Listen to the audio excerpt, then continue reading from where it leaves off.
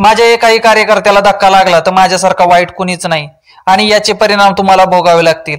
आणि आपल्याला जो पाहिजे तो तहसीलदार, कलेक्टर आणि तलाठी ही आपण या जिल्ह्यात आणू। घाबरू नका, या राज्यात आपलं सरकार आलंय, यांना 1 रुपया सुद्धा निधी मिळून देणार नाही।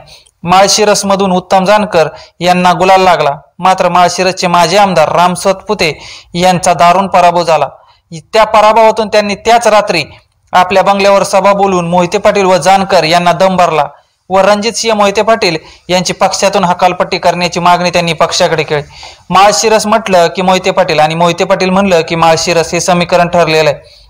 भाजपचे विधान परिषदेचे आमदार रणजितसिंह मोहिते पाटील यांच्या कारखान्यासाठी भाजपने 113 कोटी रुपये दिले, त्यातील अर्धे पैसे मोहिते पाटलांनी मला पाडण्यासाठी वापरले असा आरोप राम सातपुते यांनी मोहिते पाटलांवर केला आहे। आता ह्यांना निधी कसा मिळतो आणि ह्यांची कामं कशी होतात तेच मी बघतो असा दम राम सातपुते यांनी मोहिते पाटील व जानकर यांना भरलाय आणि कार्यकर्त्यांना आश्वासन दिलंय की तुम्ही घाबरू नका, आपल्याला हवा तोच कलेक्टर, आपल्याला हवा तोच तहसीलदार आणि आपल्याला हवा तोच तलाठी आपण या भागात आणू, असं राम सातपुते यांनी आता आपल्या कार्यकर्त्यांना सांगितलंय।